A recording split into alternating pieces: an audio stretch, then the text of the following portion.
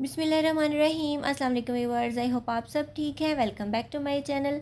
देसी चिकन तो आपने बहुत खाया होगा, लेकिन देसी चिकन अगर मिट्टी की हांडी में बने और फिर काली मिर्च के साथ बने तो क्या ही बात है, उसके टेस्ट को चार चांद लग जाते हैं। इससे ज़्यादा टेस्टी और हेल्दी रेसिपी कोई हो ही नहीं सकती। और ये इतना ज़्यादा सिंपल तरीका है कि आप झटपट इसको बना भी लेंगे और जो भी खाएगा बार बार फरमाइश करेगा और आपको भी ये बहुत ज़्यादा पसंद आएगा इंशाल्लाह।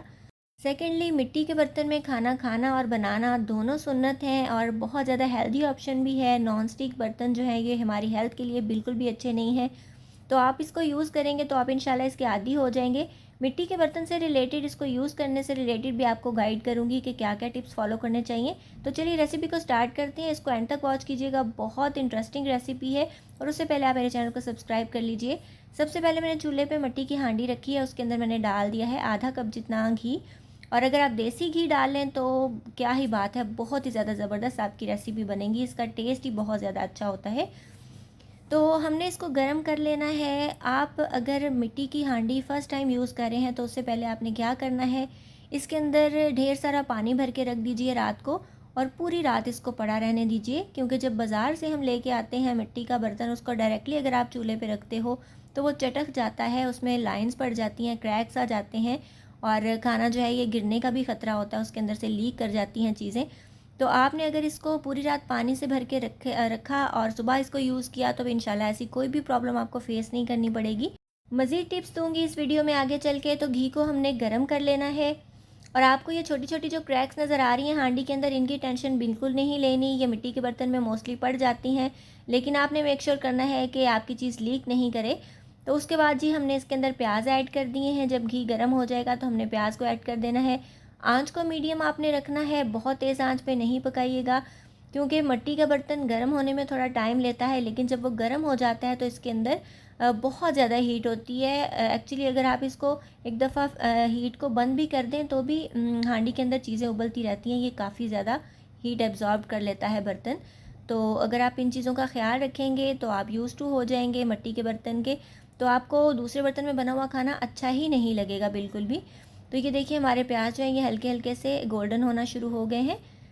इनको हमने बहुत ज़्यादा डार्क कलर नहीं देना, हम काली मिर्च वाला सालन बनाएंगे। अगर हम काली मिर्च भी डालेंगे और इसको प्याज को भी काफ़ी ज़्यादा ब्राउन कर लेंगे तो हमारी डिश की लुक ख़राब हो जाएगी, कलर डार्क हो जाएगा। इस चीज़ का ख्याल रखना है। अब मैंने डाल दिया इसके अंदर देसी कुकर और ये था तकरीबन 3 पाव, मतलब 750 ग्राम जितना, जिसको मैंने अच्छे तरीके से धो के बास्केट में रख दिया था। ब्लड, पानी, हर चीज़ निकल जानी चाहिए। अगर इसमें थोड़ा सा भी ब्लड रहेगा तो इसमें से स्मेल आएगी। और अगर आप चाहते हैं कि आपके गोश्त में से बिल्कुल भी स्मेल ना आए या फिर आपको कोई इशू है ऐसा, तो आपने क्या करना है, पानी के अंदर 1-2 टेबलस्पून जितना सिरका डालना है, वाइट विनेगर, और गोश्त को डिप करके रखना है और आधे पौने घंटे तक इसको पड़ा रहने दें या मैक्सिमम 1 घंटे तक। उसके बाद आप वो पानी फेंक दें और गोश्त को अच्छे तरीके से मल मल के एक एक पीस धो लें, तो कभी भी गोश्त में से स्मेल नहीं आती। तो इसके दौरान ही हमने डाल देना है जी इसके अंदर लहसुन, अदरक और हरी मिर्चों का पेस्ट, जिसमें 3 हरी मिर्चें थी और आधा आधा चम्मच लहसुन अदरक का पेस्ट था। ये सारी चीज़ें मैंने साथ ही क्रश कर ली हैं, इनको ऐड कर दिया है। और यहाँ पे हमने इसको ऐड इसलिए किया है कि जब आप लहसुन अदरक के साथ गोश्त की भुनाई करते हैं तो गोश्त में से कभी भी स्मेल नहीं आती।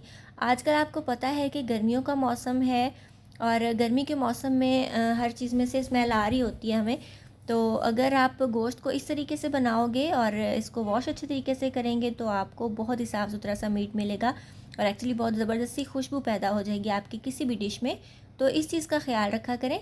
और भुनाई के साथ ही हम डाल देंगे इसके अंदर टमाटर। ये फ्रोज़न था इसलिए इस तरह का थोड़ा मरियल सा हुआ पड़ा है तो बस मैंने ऊपर इसका छिलका रिमूव कर दिया और इसको डाल दिया। ये बड़े साइज़ का एक टमाटर था तो वो मैंने डाल दिया है। अब इसको हम अच्छे तरीके से भूनते रहेंगे और भूनते भूनते ही टमाटर और प्याज वगैरह जो है ये मैश होना शुरू हो जाएंगे।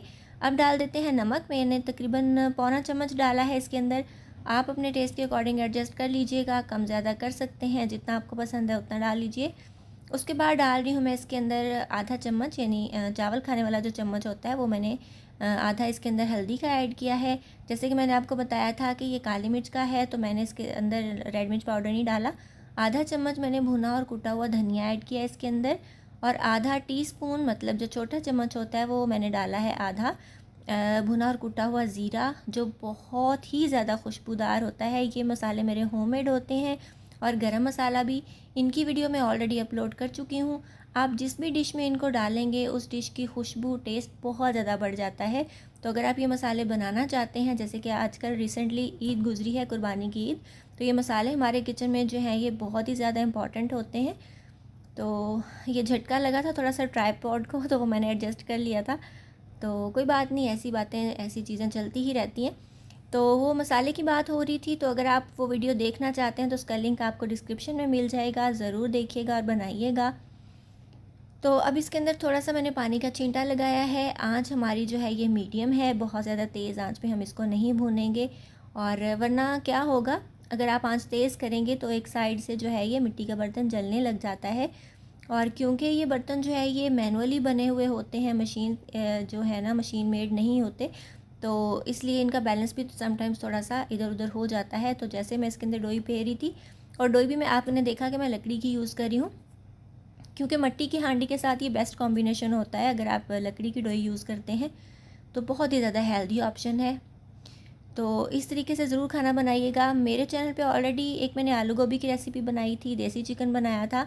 तो कुछ रेसिपीज़ हैं जो मैंने मिट्टी की हांडी में बनाई हैं और उनका टेस्ट इंतहाई ज़्यादा अच्छा होता है। और जो भी खाता है ना, वो पूछता ज़रूर है कि ये रेसिपी आपने कैसे बनाई है, इसका टेस्ट ही बहुत ज़्यादा अलग और डिफरेंट है। तो ट्राई ज़रूर कीजिएगा एक बार, क्योंकि देसी चिकन आप पहले भी बनाते होंगे, खाते होंगे, लेकिन अगर आप नॉन स्टिक या फिर कुकर वगैरह में बनाते हैं तो बिल्कुल भी ऐसा टेस्ट नहीं आता।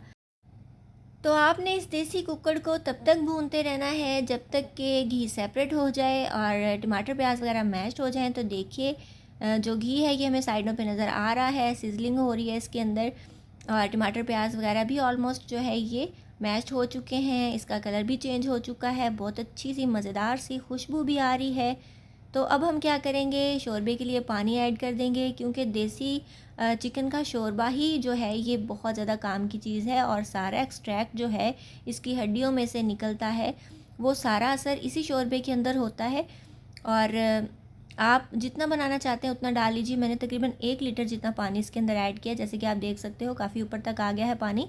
हम इसको मिक्स करके रख देंगे और तब तक हम इसको पकाएंगे जब तक कि ये पानी तकरीबन आधा रह जाए और हमारा कुकड़ू कुड़ूम भी जो है तब तक सॉफ्ट हो जाएगा। और कुछ बड़ी एज के जो मुर्गे होते हैं वो गलने में काफ़ी ज़्यादा टाइम लेते हैं, और जो छोटे नन्हे मुन्ने से होते हैं वो जल्दी गल जाते हैं। तो ये भी एक डिफरेंस होता है।